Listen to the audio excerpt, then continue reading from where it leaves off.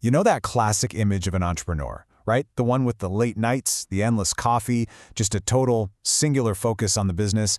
But what if the biggest factor for success isn't in the office at all?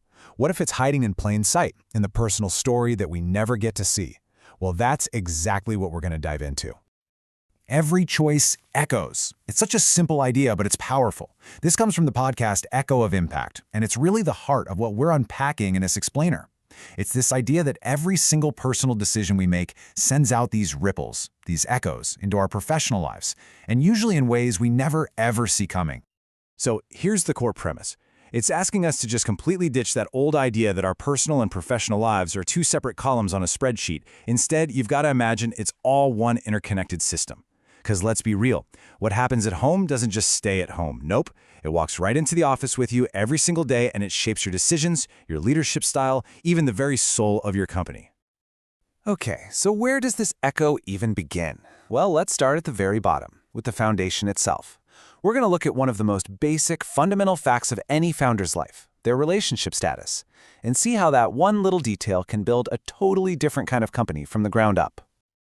This is really the big question, isn't it? And look, this isn't about which one is better or worse. Not at all. It's about understanding the totally different advantages and challenges that come with each path.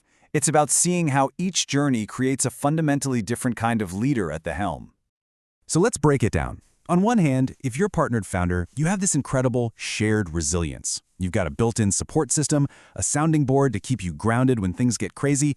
But on the other hand, a single founder has this intense, undivided focus. They have total freedom, total autonomy to make big, risky bets without having to check in. One path gives you that support system naturally. The other means you have to go out and build it for yourself. All right, so that's the foundation. But what about the actual tools you use to build the house? Let's dig into how the skills you're already practicing at home, probably without even realizing it, become some of your most powerful leadership assets out in the world. I love this question, because we always think of leadership skills as something you pick up in an MBA program or from some high-powered mentor. But what if the real training ground for becoming a great CEO is actually your own living room? I mean, just think about it for a second. Learning how to have a really tough, honest conversation about money with your partner. That builds the exact same muscle you need for a difficult performance review with an employee. Or, negotiating where to go for dinner. That's just practice for navigating a high-stakes deal with investors. And the empathy it takes to truly understand where your partner is coming from, well, that's the stuff that turns you from just a boss into a real leader.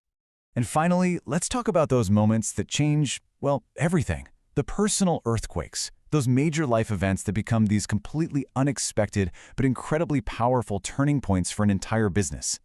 This is when life just grabs you and forces you to see everything differently. Let's take the classic example. A founder has a kid.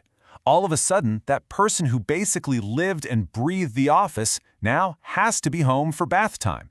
And that's not just a small personal shift, it's a full-blown business earthquake. It forces this radical new look at time management, delegation, and what really moves the needle for the company.